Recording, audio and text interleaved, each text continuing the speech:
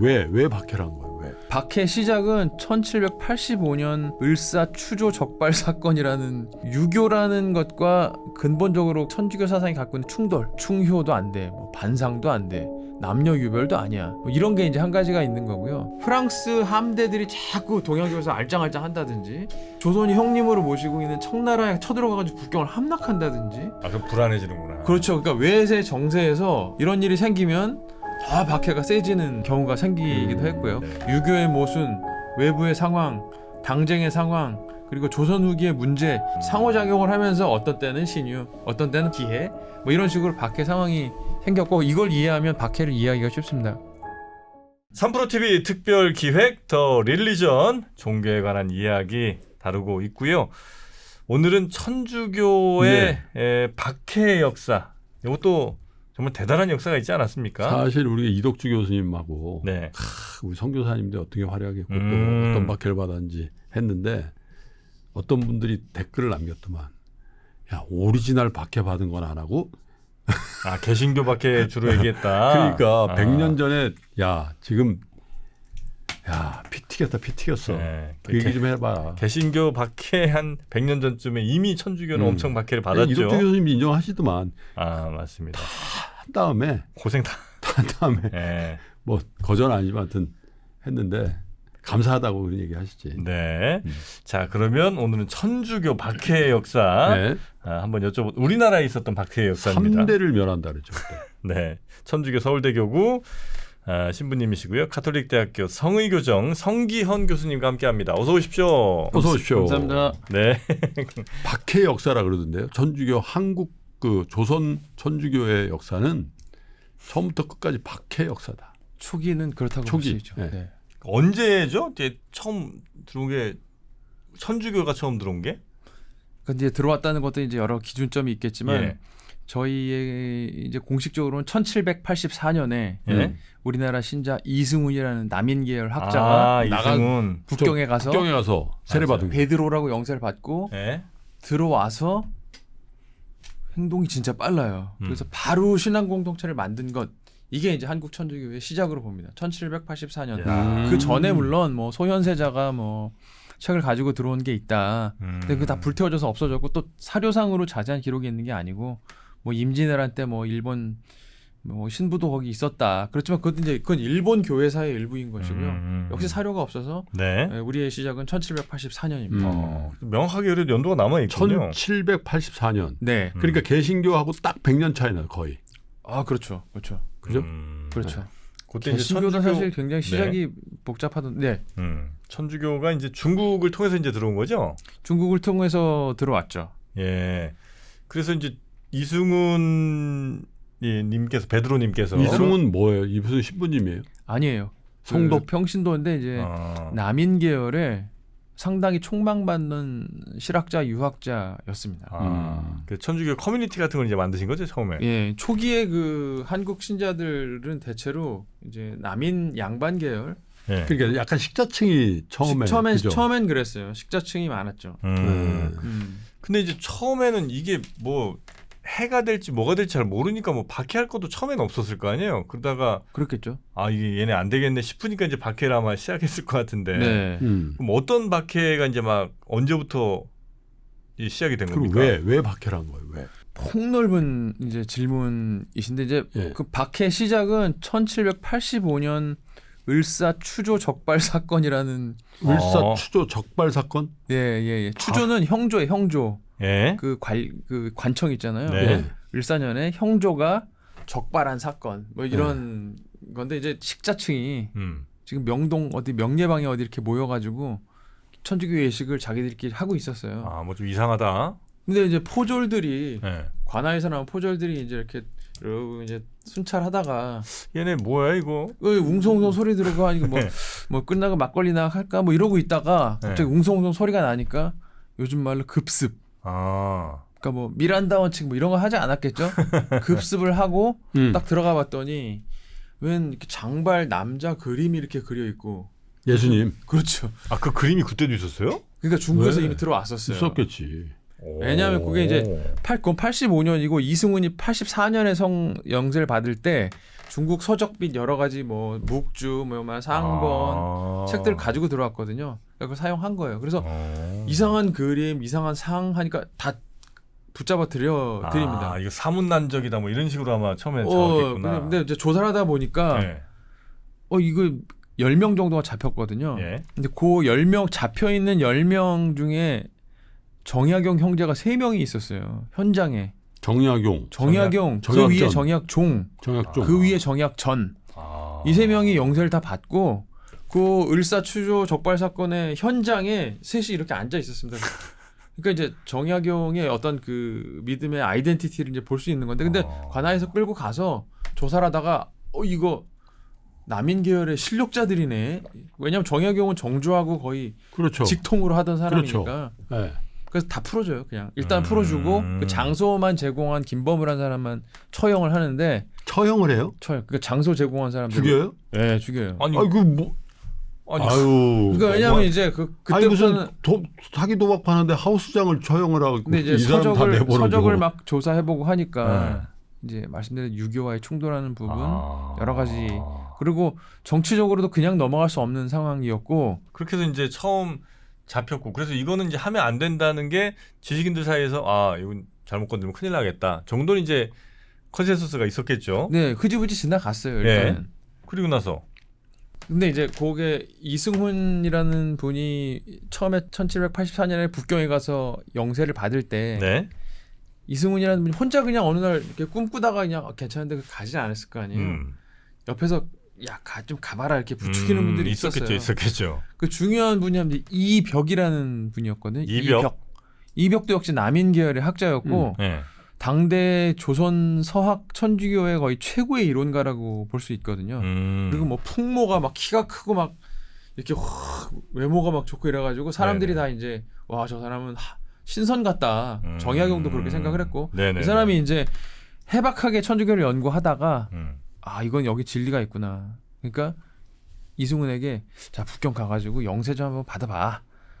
그래서 이제 그리고 감화가 돼서 이승훈이 이제 북경에 가서 영세를 받고 돌아온 거죠. 그렇게 해서 이제 공동체를 구성하고, 그때 많은 책들을 갖고 왔으니까 이제 조금씩 식자층에서 그 전부터 물론 어떤 강학에 연구하는 모임이 있었지만 퍼져나가기 시작한 겁니다.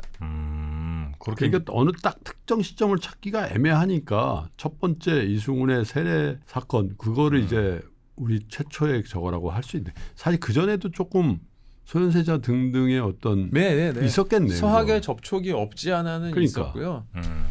그리고 뭐 예를 들자면 실학자들이 조선시대 그 날고기는 실학자들이 많았잖아요. 뭐 연암 박지원, 뭐 성호 이익 등등. 이분들이 중국에 가면은 뭐 사신으로 가면 필수 그 관광 코스가 북경에 있는 성당이었다고 합니다. 북경에 성당이 이렇게 4개가 있었거든요. 동서남북 꼭대기에. 북경은 그 황제 강희제라는 사람이 호의적이었기 때문에 천주교에. 왜냐하면 마테오리치한테 감화를 너무 많이 받았어요. 그 천주실이 쓴. 왜냐하면 역법, 수학, 천문 이런 거에 서양에 그런 거 다 갖고 왔으니까. 그래서 이제 그래서 박지원 같은 실학자들이 북경에 가면은 필수 관광 코스로 그 성당에 가서 성화 이렇게 보고. 열하일기에 이제 그 제가 직접 본 거거든요. 근데 이제 박지원이고 성화를 보면서 깜짝 놀라가지고 무슨 천지창조 장면이었던 것 같아요. 내 눈에 번개가 빡치는 걸 느꼈고 뭔가가 내 눈을 이렇게 뽑아가는 듯한 강렬함을 느꼈다, 이렇게 표현을 할 정도로 감화를 받고, 그리고 거기서 이제 그럼 서양 신부들이 책을 이렇게 막 나눠주거든요. 그러니까 뭐 수학책, 역법책. 근데 예전에 수학책이라는 것은 그냥 수학만 쫙 있는 게 아니라 이게 좀 재밌는 부분이거든요. 근데 이제 그 당시에는 과학자라는 게 있지 않고 자기들을 다 자연 철학자라고 불렀었어요. 그래서 그런 과학 서적을 쓸 때도 나 철학자는 이 책을 교황에게 바친다, 이런 말이 써 있고, 그리고 하느님이 허락하는 하에서만 나는 이 진리를 알 수 있다. 하느님의 은총이 중요하다. 그러니까 이제 과학을 보려고 쓱 신자들이 봤다가 이 대단한 지식을 바치는 교황은 도대체 누구지? 혹은 하나님이 이 지식을 허락하는 하느님이라는 건 누군가? 그러니까 약간 호기심에서 약간 경외 비슷한 걸로 넘어가는 부분이 없지 않아 있었을 거다. 네, 그건 이제 살짝 추측을 해봅니다. 근데 이제 제가 이제 판단할 때는 네. 그때는 이제 공식 용어 학문이나 뭐 관리들은 한글보다 한문을 썼잖아요. 한문을. 그렇죠, 그렇죠. 초기엔 특히 근데 그랬죠. 거기다 하늘천에 주인 주자를 딱 써버린 거지. 천주. 천주님이. 네. 응? 뭐야? 천주? 나는 일개 임금인데. 군주잖아, 군주. 그러니까 우리나라 왕이 볼 때 우리나라 왕 할 때 일개 임금이고 상나라인 저쪽 중국에는 이게 그래봐야 황제인데. 네네. 그렇죠. 이 천주가 더 높은 거 아니야? 하늘에. 그죠? 그렇죠.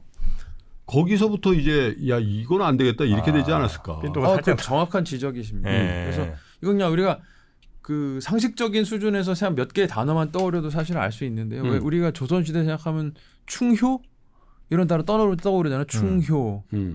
충이라는 거는 임금에 대한 충성인데 그럼 임금이 높다는 건데 천주교는 하느님이 더 높고 그 충성이 높다. 그래서 이게 안 맞잖아요. 그러니까 삥. 그다음에 효는 부모님에 대한 사랑인데 그거의 표현이 제사인데 제사 안 지내. 제사 이거 우상숭배랑 좀 비슷한데 그러니까 벌써 거기서 삐. 그다음에 우리 잘 아는 반상의 구분 양반하고 상놈 그거 없다니까. 그런데 이제 그게 어디 있어요? 하느님의 모상으로 다 평등한 건데 그게 거기서 삐. 저는 그렇다 하더라도 한문으로 천주라는 말 안 썼어도 그렇게까지 밖에는 안 했을까 아마. 내가 볼 때는. 예. 그러니까 천주가 그러니까 뭐 여호와로 하던가 아니 뭐 기리시도 이렇게 쓰는가. 뭐 그래 하던가 그렇게 했으면은 빈정이 좀 덜 상했을 텐데. 근데 교리서에 이게 설명이 돼 있으니까요. 천주는 누구 하니까 이건 명칭이 달라도 이거 우리가 생각했던 그런 게 아닌가 생각할 가능성이 많았었죠. 큰 그 박해들이 있었잖아요. 시작에 불과한 건 1785년은 이건 이제 시작이고 예. 다음 이제 박해도 아니야 본격적으로 그건. 본격적으로 나오는 거는 이제 1801년에 네. 예, 이제 신유 박해가 생깁니다. 신유년에. 요거는 교과서에 나왔던 것 같은데. 예, 사실 저희가 다 고등학교 때 뭐 국사 이런 데서 다 사실 예. 조선 후기의 중요한 역사이기 때문에. 예.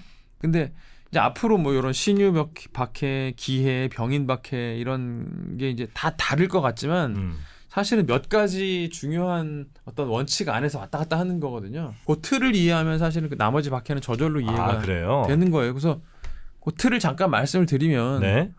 우선 아까 처음에 말씀드린 대로 유교라는 것과 근본적으로 그 천주교 사상이 갖고 있는 충돌. 그렇죠. 아까 얘기한 뭐 충효도 안 돼, 뭐 반상도 안 돼, 남녀 유별도 아니야. 뭐 이런 게 이제 한 가지가 있는 거고요. 그다음에 그 조선 후기에 어떤 그 정치 사회 역학이 있었어요. 그래서 당쟁에 그러니까 붕당 정치를 할 때 그 우리가 잘 알고 있는 뭐 남인 계열, 뭐 벽파, 시파 뭐 이런 거 있잖아요. 네. 근데 이제 그 서인의 이제 소론, 노론 중에 노론의 벽파가 시파가 있는데 벽파는 강경파. 벽이 편벽돼 있다. 뭐 찬간 벽지 어디 막힌? 그러니까 딱 치우쳐져. 중심에서부터 멀리 가 있는 거니까 그러니까 치우쳐져. 근본주의의 강성 보수 뭐 이럴 거 아니에요. 네. 이런 분들이 천주교를 좋아할까요?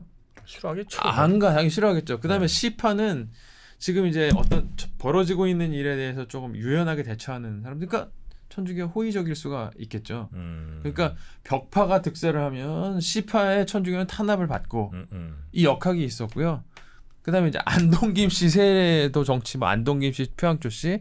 근데 안동김 씨는 약간 시파에 가까운데 안동김 씨의 세력이 약해지면 또 벽파가 강해져서 박해가 시작이 되고 요거 때문에 박해가 생긴 부분이 있고 아주 중요한 세 번째는 외부 상황입니다. 그러니까 네. 뭐냐면 프랑스 함대들이 자꾸 동양에서 알짱알짱 한다든지 조선이 형님으로 모시고 있는 청나라에 쳐들어가가지고 국경을 함락한다든지 영국, 프랑스 연합군이 아편전쟁 때 1860년에 국경 함락했잖아요. 네. 그러니까 그런 부분. 그럼 불안해지는구나. 그렇죠. 그러니까 외세 정세에서 우리 형님이 청나라를 건드리거나 이런 일이 생기면 더 박해가 세지는 그런 경우가 생기기도 했고요. 그래서 제가 말씀드린 몇 가지 축 때문에 어떤 때는 요게 강해서 박해가 생기고 어떤 때는 조게 강해서 박해가 생기고 뭐 이런 부분이 분명히 있었고 결코 간과할 수 없는 거는 조선 후기 사회가 네. 상당히 이제 사회 변동이지만 농민들이 살기 힘들었다. 예, 그 국사 책에 그 정조 뭐 영조 시기에 뭐 삼정의 문란 뭐 이런 말, 네네네네. 뭐 전정, 군정, 환곡 뭐 이런 말 들어보셨잖아요. 네. 그러니까 조세제도, 병력제도, 사회복지제도 이거 자체가 다 흔들려 가지고 농민들의 삶이 굉장히 피폐해진 상태였어요. 그래서 잘 아는 1811년에 그 홍경래의 난이라고 네. 이 딱 그때거든요. 그러니까 농민들이 얼마나 힘들었는지를 알 수 있는 거죠. 네, 그러니까 유교의 모순, 외부의 상황, 당쟁의 상황, 그리고 조선 후기의 문제 이게 이렇게 싹 프레임으로 해서 어떤 때는 이게 상호작용을 하면서 어떤 때는 신유, 어떤 때는 박해, 기해 뭐 이런 식으로 박해 상황이 생겼고 이걸 이해하면 박해를 이해하기가 쉽습니다. 그러니까 이제 박해라는 게 물론 이제 그 내부적으로도 굉장히 우리 조정이 아주 싫어했기도 했지만 또 외부적으로로도 뭐 중국에서 뭔 일 생기고 하면 야, 이 불안감이 더 커지면서 야, 이제 때려잡아 이렇게 이제 이게 정확히 그런 겁니다. 그런 경우가 좀 많았다는 거죠. 네. 일단 신유 박해는 좀 유명한 분들이 계신가요? 저희가 알고 있는 아니면 유명한 분들이 많죠. 신유 때 예. 누구 계시죠? 일단은 정조, 정조? 용정조. 정조가 서거하고 생긴 건데 네. 이 정조의 서거가 결정적인 역할을 했었어요. 그러니까 이게 이제 제가 말한 국내 정치 상황의 변동이 가장 영향을 미친 게 신유 박해거든요. 예. 조금 약간 자세하긴 하지만 정조는 이제 탕평책이라고 혹시 네네. 들어보셨죠? 네. 당시에 벽파가 세력을 잡고 있는데 정조는 이거 갖고 안 되겠다. 남인 그리고 시파 이거 막 중용을 했는데 그러면은 벽파가 싫어할 거 아니에요. 눈에 가시. 그래서 이제 참고 있는데 어느 날 정조가 급사를 합니다. 그 외에 사도세자 이후 정조하고 그래서 그 90년대 초반에 이인화의 그 영원한 제국 그게 그 얘기거든요. 그래서 정조가 그냥 한 2주 정도 실험실을 앓다가 이조실록에도 병명이 그냥 병사예요. 뭐 땀 흘리고 뭐 피로게 독살됐다는 설이 많죠. 그러니까 이제 음모론이 나올 수밖에 없는 거예요. 이인화는 그렇게 주장하죠. 그렇죠. 이제 확인될 수는 없는데 그냥 뭐 앓다 그냥 간 거예요. 한 2주밖에 안 됐는데 그러면서 불행이 시작됐는데 이제 어린 순조가 즉위를 했는데 나이가 어려가지고 수렴청정을 하는데 수렴청정하는 이 대왕 대비가 벽파였어요. 벽파. 대왕 대비가 수렴청정하는 사람이 벽파였기 때문에 아까 말씀드린 대로 벽파는 카톨릭하고 아주 근본주의자들이니까 싫어하잖아요. 그러니까 여기서 이제 올컨이 잘 됐다. 이게 있었고 마침 또 중국에 있는 주문모 신부라는 사람이 살짝 입국을 해서 활동을 하고 있었어요. 그러니까 더 좋죠. 이거 지금 내가 생각하기에는 이거 사학인데 사사로운 학문, 이단에 가까운 학문인데 이거를 이끌 괴수가 좀 들어와 있네. 잘 됐다. 이래가지고 그냥 싹 다 잡아들였지만 발본색원을 하는데 이게 이제 천주교 신자를 잡아 죽이려는 건지 남인하고 시파를 죽이려는 건지 잘 구분이 안 돼요. 왜냐하면 뭐 당시에 이제 여러 가지 뭐 이가환 같은 유명한 남인의 거두가 있는데 이 사람 딱히 이렇게 뭐 천주교라 말하기가 그렇거든요. 그냥 잡아가지고 그냥 처형. 천주교 무리들이지. 천주교 무리들. 무리라고 하는데 이제 다 천주교도 아닌데 그 같이 노는 애들. 그렇죠. 그렇게 해서 그런 걸 보면은 이게 꼭 정말 신앙의 어떤 위협에 절박하면서 나온 게 아니라 정치 보복일 수도 있겠구나. 도구로 사용했을 수도 있겠네요. 충분히 그렇게 생각할 수 있죠. 그리고 뭐 이승훈 같은 경우도 처음 세례받았던 이승훈 베드로도 순교했어요. 신유 박해 때. 요때? 네. 근데 이유가 천주교 서적을 갖고 있었기 때문에 전했기 때문에 처형인데 이게 혹시 국가보안법의 그 이적 표현물 제작 소집 내가 그 경험이 있는데 토지 배포 대학교 때 데모 엄청 할 때잖아.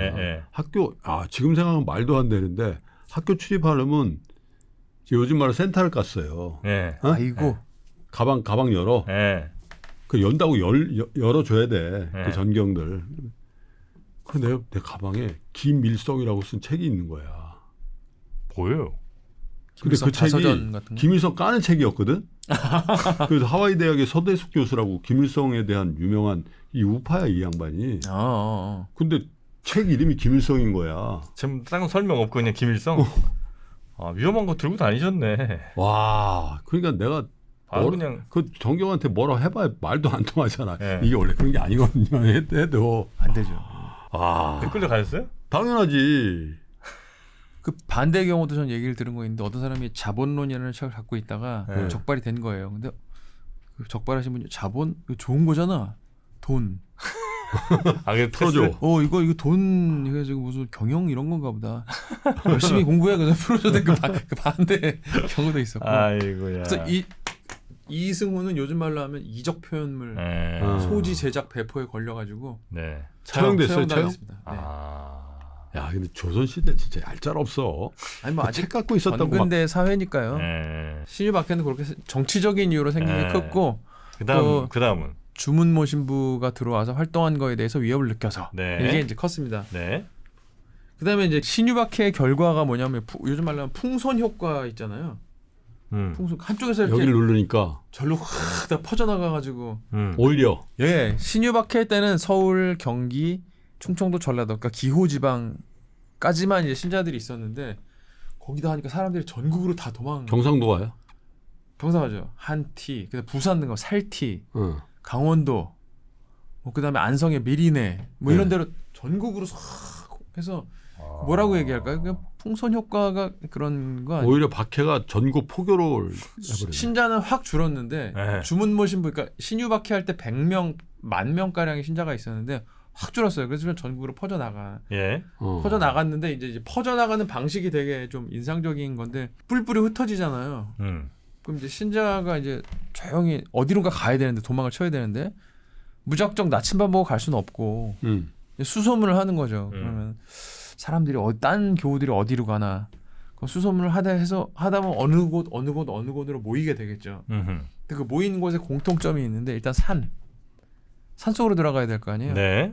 산인데 그냥 산도 그냥 산이 아니라 좀 이렇게 진입로가 좀 길고 산속이고 대신에 그다음에 이제 사람들이 모여 사는 마을이 나오고 퇴로가 많은 그렇겠지. 예. 튀어야 되니까.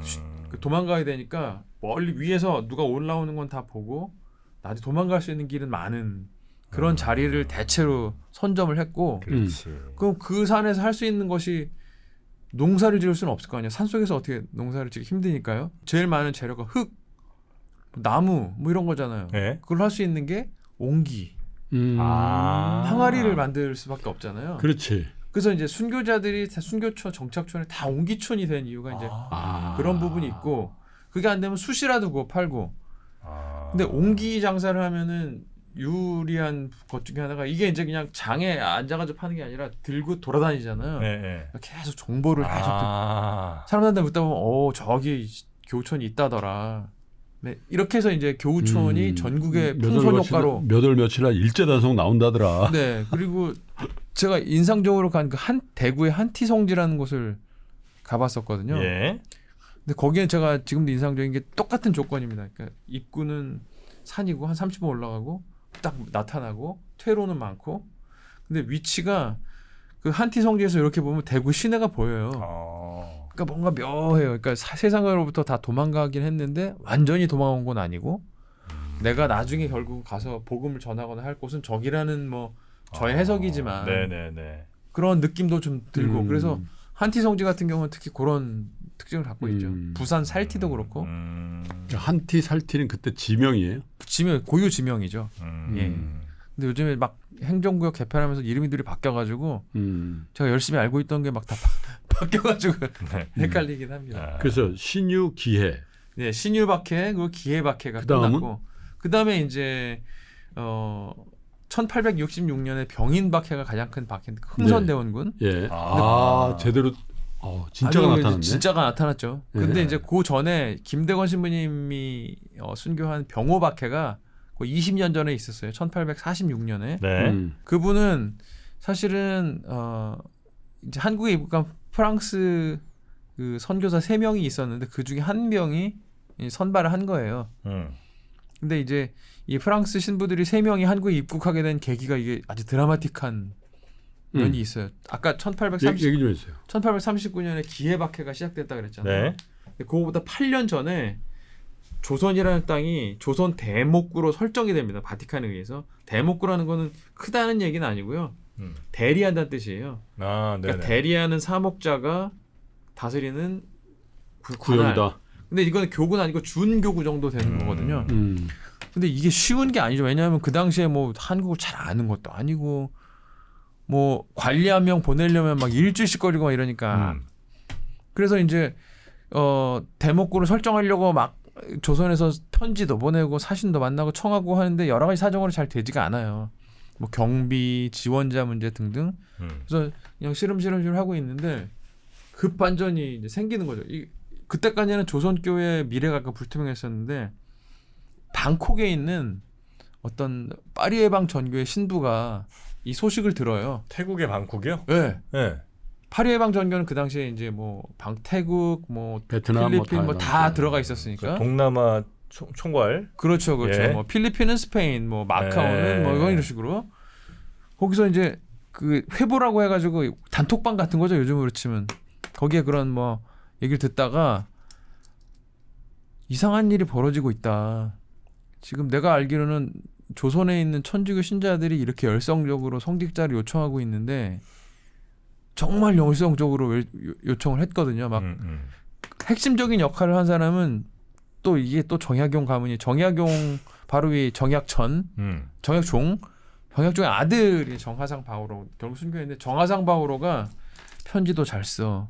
추진력도 있어. 그러니까 북경에 계속 왔다 갔다 하면서 청했고 나중에 뭐 유진길 뭐 이런 신자들하고 같이 청했는데 그 편지를 보는데 이게 바티칸으로 들어가요.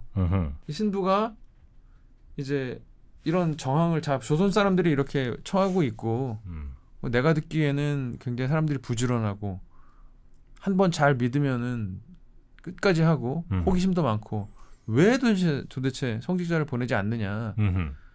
그리고 예수님이 분명히 땅끝까지 복음을 전하라고 했는데 그 땅끝에 조선이 포함이 안 됐다는 얘기야?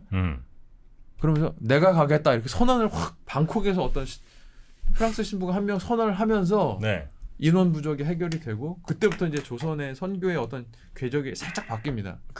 그분이 그래서 와요 우리 오죠. 나라로 한반도로 오다가 병 걸려서 돌아가시긴 하는데 그래서 이제 조선 대목구를 설정을 하고 네. 그 아까 베르기에를 그 신부를 이제 주교로 임명을 해서 근데 생각해보자 방콕에서부터 한국으로 들어오려면 당시 중국도 이제 적대적이었거든요. 한 4,000km 된다고 해요. 배를 타고 이렇게 갈 수도 사실 그래서 어느 정도 들어가서 걸어가야 되는. 근데 가면서 계속 사목 활동도 해야 되고 하니까 나중에 몽골쯤 어디서 이제 병사. 그분은 그렇게 해서 자 하겠습니다 해가지고 영웅적으로 했는데 네. 병사인데 가다가 이제 동료들을 순교하신 거네. 순교한 거죠. 다 가다가 동료들 몇 명을 만나는 모방 신부 같은 분을. 그래서 그 묘비는 그냥 그 몽골 어디에 있고 그 나중에 이제 버려지는 묘비인데 그 한 1920년경에 어떤 프랑스 전염병 학자가 거기에 답사 갔다가 무슨 묘비를 하나 발견해요. 이거 뭐야? 했더니 브리기에르 주교 묘비였던 거예요. 그래서 프랑스에 이런 묘비가 이 사람 누구예요? 했더니 와 그 사람 조선 대목구 주교다. 그래서 초대. 임지로 가다가 돌아가셨네. 그래서 이제 그 묘지는 지금 어딨냐면 서울에 있어요. 절두산? 용산에? 용산 성직자 묘지가 있거든요. 네. 예, 그래서 이제 거기 있고 그래서 모방 샤스당 앵베르 주교가 입국해서 활동을 하고 그때 이제 신학생 3명을 선발을 합니다. 예, 그래서 이제 뭐 최양업, 최방재, 김대관, 안드레아 그래서 이제 마카오로 보내죠. 요게 1831년이고 세월이 흘러서 39년에 기해박해가 생기는 거죠. 근데 난 이해가 안 되는 게 절두산이에요. 절두산. 네. 머리 잘렸다는 절두산이라는 게 대부분 천주교 신자들 박해당한대. 왜냐하면 개신교는 절두를 안 했다고. 개신교 때는 절두할 일이 없는 게 고종황제 때는 무슨 절두가 있어. 그러니까 그렇죠. 그 수호조약 이후니까. 근데 절두산인데 거기 가보면 서양 선교사님들이 많이 묻혀 있어요.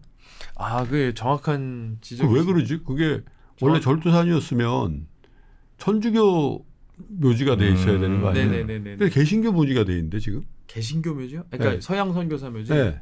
그게 이제 양화진 그쪽에. 그러니까. 병인양요로까지 이제 약간 넘어가야 되거든요. 네. 그러니까 이제 지금 제가 말씀드린 기해박해 때는 이게 약간 헷갈리시죠. 이게 워낙 비슷한 일이 일어나니까 기해박해 때는 사실은 아까 말씀드린 대로 모방, 샤스당, 앵베르 프랑스 신부님 3명이 자수를 해요. 신자들이 피해를 받으면 안 되니까. 근데 이제 그냥 처형당하고. 왜냐하면 그때 조정에서 지금 프랑스 세력 그리고 이게 심상치 않다. 제국주의의 움직임이. 청나라도 좀 고생하고 있고. 그러니까 이거는 지금 외세에 대해 단호히 대응을 해야 된다 이런 정치적인 공격도 있었고요. 예, 그러니까 이제 그렇게 해서 처형을 하고 그때 처형한 분들이 대체로 새남터에 그렇죠. 모셨고, 원효로. 예, 그다음에 이제 병인학교 1866년에 이제 그 흥선대원군이 일으킨 그 박해 때는 서양 선교사가 9명이 처형을 당합니다. 그분들은 당연히 그냥 바로 새남터. 네. 예, 이렇게 해서 새남터에 그 외국인 신부님들이 많이 처형을 당하게 된 거죠. 그 처형을 그렇게 당하는 걸 모르진 않았을 거 아니에요. 그 천주교 로마 교황청이든 아니면 뭐 보내는 곳에서든 야, 알죠. 조선 잘못 가면 그냥 절도다. 잘 그렇지. 알죠. 근데도 계속 보내요. 일단 선교사들은 그거와 상관없이 네. 목숨 걸고 계속 왔고요. 와. 그리고 이제 또 프랑스 당국에서는 네. 자국인이 어쨌든 죽었지. 다른 나라에 들어가지고 목숨을 잃은 거니까 이건 주권과 관계 있는 거니까 이제 무력 시위를 계속했죠. 그래서 김대건 신부님이 잡혀 있을 때도 사실은 세실제독이라는 사람이 그 배 끌고 와가지고 약간 시도를 했고 무력 시위를. 네. 그래서 정부가 더 야 이거 김대건 신부가 정말 서양 세력과 연관이 됐나 보다. 그러니까 보내자. 그래서 사용을 했고. 네. 그리고 병인양요 때는 그거는 이제 병인양요는 아예 그냥 훨씬 더 그 로즈 제독이라고 국사책에 나오는 이 사람이 이제 10명 처형당한 걸 알고 쑥 함대를 이끌고 돌아와가지고 강화도를 지나서 양화진까지 시위를 하고 들어가요. 그러다가 강화도를 점령을 해버리잖아요. 그러니까 이제 거의 그 전쟁이 전쟁이에요. 그 이유는 뭐 통상도 해라. 그리고 왜 우리 사람들 10명이나 죽였냐. 근데 이제 그때 이제 어떤 흥선대원군의 어떤 뭐 용기와 뭐 강화도에 주둔하고 있던 어떤 지도급 장교의 기지로 전술로 이제 물리치잖아요. 그래서 이제 한숨을 돌리고 그리고 때마침 이제 그 국사책에 많이 나오는 그 오페르트 독일상인 오페르트의 도굴 사건이 있었어요. 배운 것 같아요. 어렴풋이 기억나시죠? 네. 흥선대원군 아버지 연남군의 맞아. 묘를 도굴하다가 또 걸려요. 또 도굴쟁이. 진짜 도굴은 진짜 용서할 수 없는 용서할 수 그 당시에 야, 이거는 진짜 빼박이지 빼박. 네. 빼박이죠. 감히 막 가가지고 뭐 로즈 제독 막 대포 쏘면서 우린 평화를 원해 뭐 상선해 이게 이제 대포 외교인데 한쪽에서 그러고 있고 한쪽에서 도굴하고 있고 이러니까 야 이거 진짜 안 되겠다. 그래서 이제 신자들을 확 더 박해를 더 세게 해서 네네네. 더 많은 사람이 희생이 된 게 이게 병인 박해입니다. 몇 명이나 죽었어요? 그때는 네. 숫자가 신유 박해 때 한 300명 그리고 나머지는 뭐 100명 내외인데 병인 박해는 그거보다 훨씬 더 숫자가 많았던 걸로 기억하고 이제 그 몇 명이 순교했는지를 세는 것이 그렇게 어려운 것 같아요. 왜냐하면 기록이 잘 안 남아 있는 부분도 많고. 근데 이제 놀라운 거는 조선시대에 문자 문화가 있으니까 어떤 사람 취조하고 그리고 이 사람이 뭘 잘못했고 압수물품이 뭐고 이런 걸 다 기록해놓은 사학증이라는 책이 있어요. 네. 그러니까 많이 남아 있지만 무명의 순교자들은 안 알려져 있는 상태이고 그 한국교회사연구소 조한건 신부님이라고 계신데 이분은 이제 예를 들어서 순교지 근처에 뭐 도로를 막 내다가 갑자기 유골들이 막 나오면은 순교지 근처니까 이거 순교자들하고 관계가 있나 그럼 연락이 오나 봐요. 그럼 가서 답사하고 하거든요. 그럼 이제 순교자 유해를 많이 봤으니까 특징들을 알 거 아니에요. 예. 뭐 목에 뭐가 있다든지. 그러면 대체로 전혀 레코드에 나와 있지는 않지만 이거 순교자의 시신일 가능성이 많다.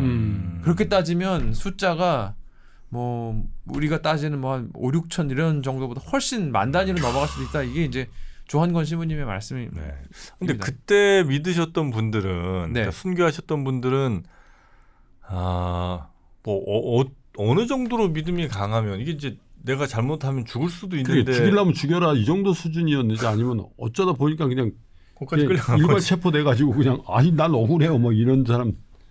제가 이제 그분들 심정이 돼보지 않았기 때문에 잘 모르긴 네. 하겠지만 아주 그 당시에 순교한 어떤 최하층민의 황일광 시몬이라는 분이 있는데 이 유명한 말을 해요. 예. 나는 이 세상에서 2개의 천국을 봤다. 2개의 천국이라는 거는 내가 이제 죽어서 갈 천국도 나는 봤고 네. 평생 내가 하층민이었기 때문에 사람이 아닌 걸로 생각하고 살았는데 지금 천주교의 평등한 공동체에 들어와서 아, 그랬겠네. 나를 형제자매로 인정해 주는 것을 보니 나는 그러니까 결국 사실 왜 사람이 이렇게 사람과 사람 사이에서 느끼는 어떤 은총이 그 강력하잖아요. 그 상처가 제일 크기도 하고 그때 성경에 이렇게 쓰여 있던 신자 백성들 사이에 하느님의 성령이 임재하고 이런 부분을 이제 이 사람은 체험을 한 거예요. 그래서 그 두 천국을 받고 그 사실 순교라는 게 생각해 보면은 처형이라는 게 이렇게 칼이 이렇게 막 날아다니고 있는데 이거 감각적으로 보이는 건데 이거보다 더 강한 뭔가를 봤다는 건데 이제 제가 왜 그 천국편 몇 주 전에 설명할 때 그 예. 지복직관 뭐 대월 마주본다 뭐 이런 얘기 했던 기억이 있거든요. 네. 그러니까 이 사람은 이승에서 칼의 움직임만큼이나 확실한 어떤 감각적인 어떤 거를 보지 않았을까? 그거 이제 저승의 상태를 이승에서 누린 사람이고 그래서 신앙을 보통 초자연적인 덕이라고 하는데 네. 그 초자연 덕일 역시 만들어주는 거는 이제 그건 은총이고 하나의 성령의 힘인 거죠. 그렇군요. 이게 신앙이 설명돼 이제 이해를 추구하시는 프로님들이시니까 이거는 좀 모자랄 수도 있을 것 같아요. 근데 이제 그 다음에 요인을 전 좀 곰곰이 생각을 해보면 네. 그럼 그 사람들이 이제 강한 신앙을 갖고 강화된 계기가 있을 거 아니에요. 저는 교리서의 역할을 좀 꼽고 싶어요. 교리서. 예, 그러니까 서적. 왜냐하면 네. 이게 몇 년 되지 않았기 때문에 아무것도 없을 수 있잖아요. 근데 참 희한하게 그 우리나라 식자층이 굉장히 열심히 그 한문으로 된 교리서 뭐 성경 광익, 성경 직해 등등 그리고 그걸 편찬해가지고 성경 직해 광익 이거는 성서를 완역한 건 아니지만 이렇게 일부를 번역한 책이거든요. 그거 다 해가지고 사람들이 다 보게 하고 그 다음에 뭐 성년 광익이라는 건데 어떤 순교자들의 영웅 일대기를 담은 책들이에요. 이거 다 한글로 번역하고 그리고 아까 얘기한 그 정의학용의 바로 위 정의학종의 이 굉장히 문자가 깊은 분이잖아요. 네. 그러니까 주교유지라는 한글 교리서를 매우 쉽게 저수를 합니다. 그래서 중국에 온 신부들이 나중에 그거 보고 와 이거 중국에 있는 쉬운 교리서보다 훨씬 낫다. 이게 정말 잘 만든 이거 누구 만든 거야. 물론 돌아가시고 없지만 이런 식으로 다양한 책들이 이제 구석구석에 이제 한글로 돼 있고 알아듣기도 좋고 하니까 이게 이제 사람들의 신앙을 강화했을 것 같고 네. 중요한 건 역시 공동체 생활을 했기 때문이 아닌가. 사람과 사람 사이에 느끼는 은총의 체험이 그건 진짜 그럴 수 있겠다, 그죠? 예. 진짜 내가 백정이야. 그러니까. 아니, 내 황일광신호는 백정이었습니다. 맨날 사람 취급 안 받다가 갑자기 그 신부님이 백정이었다가 신부님 되신 분도 있대요. 이게 그래요? 네. 진사가 네. 진사 어른이 형제. 감동이지. 선생 말도 못 붙이는데. 내가 사람이구나. 이렇게. 그렇지.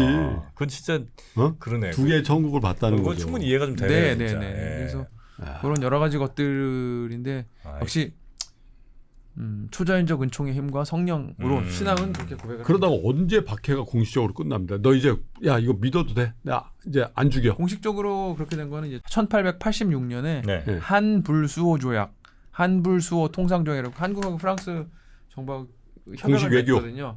그러니까 무역도 하고 네. 그 안에 선교의 자유, 신앙의 자유가 조항이 야. 포함이 돼요. 그러니까 우리나라 1886 천주교 년. 역사에는 프랑스가 굉장히 큰 그러네. 역할을 한 거네. 상당히 역할이 크죠. 그리고 우리나라 초기에 이제 아까 말한 제가 하겠습니다. 브리기에르 그러니까, 이분도 프랑스. 그분 없었으면 어떻게 될지 모르고 같이 들어온 3명 프랑스. 나중에 처형된 10명도 프랑스. 그러니까. 예, 그 파리 외방 전교회가 네. 한국 천주교회에 큰 역할을 했고 이분들은 여러 가지 목표 중에 하나가 현지인 사제를 양성하는 게 목표예요. 네. 근데 제국주의자들은 현지인은 절대 지도자급으로 키우질 않잖아요. 지도자들은 다 자기가 하고 그렇죠.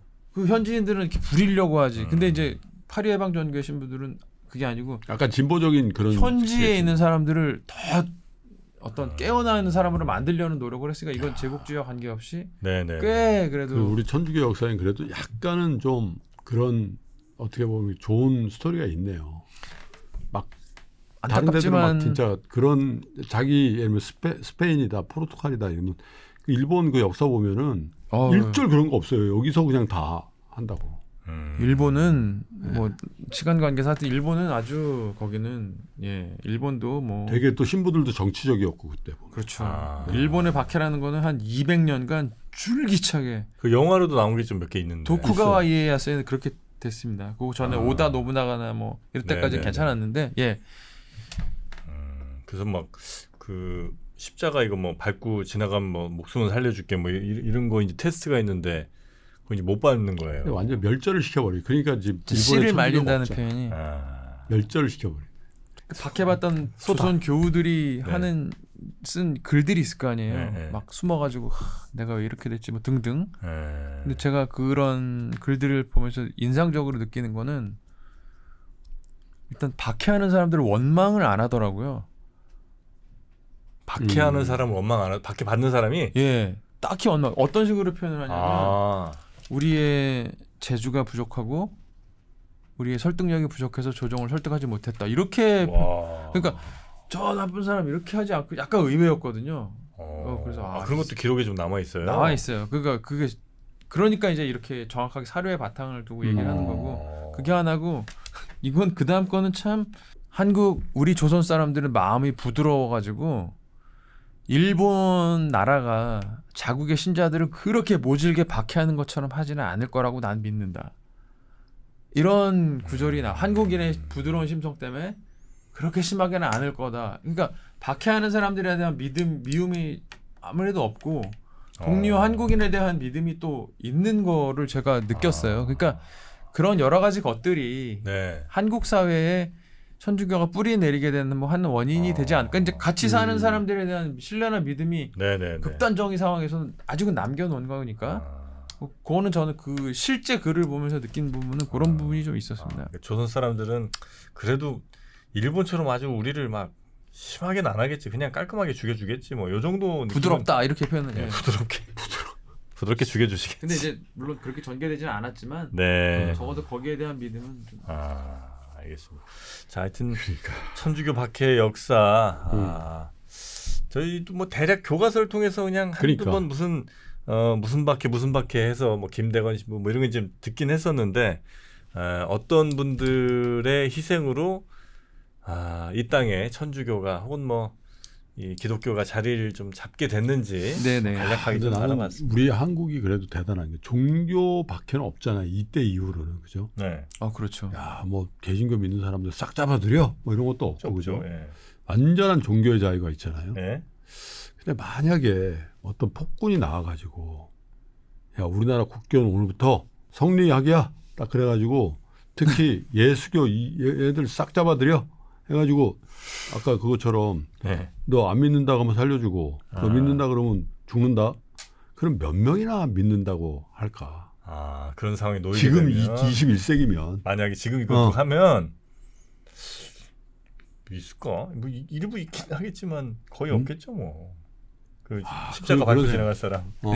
그런 일은 없겠지만 한국 땅에 그런 일은 앞으로도 절대 없겠지만 야 그랬을 때 진짜 우리 그 선배 종교인들 천주교든 개신교든 그분들처럼 했을까? 확실히 뭐 이제 우리나라 민족에 대한 과도한 뭐 이런 어떤 희망 이런 건 물론 아니지만 한국인이 갖고 있는 종교적인 심성 그리고 또 옳은 거에 대한 지향 그리고 막상 어려운 일이 생겼을 때 그 옳은 일을 추구하려고 하는 마음 이런 것들이 있어서 막상 그런 어려움이 닥쳤을 때 다시의 북처럼 옛날처럼 그냥 막 정말 막 칼이 날아다니 이런 물론 없겠지만 그래도 지금 현대 어느 정도의 방식으로 복음을 증거하려고 하는 마음이 있겠죠. 있지 않을까. 그래서 저는 순교자들의 전통을 이어받아 한국 신자가 아니더라도 한국인에 대한 존중 혹은 뭐 부드러운 사람들이다.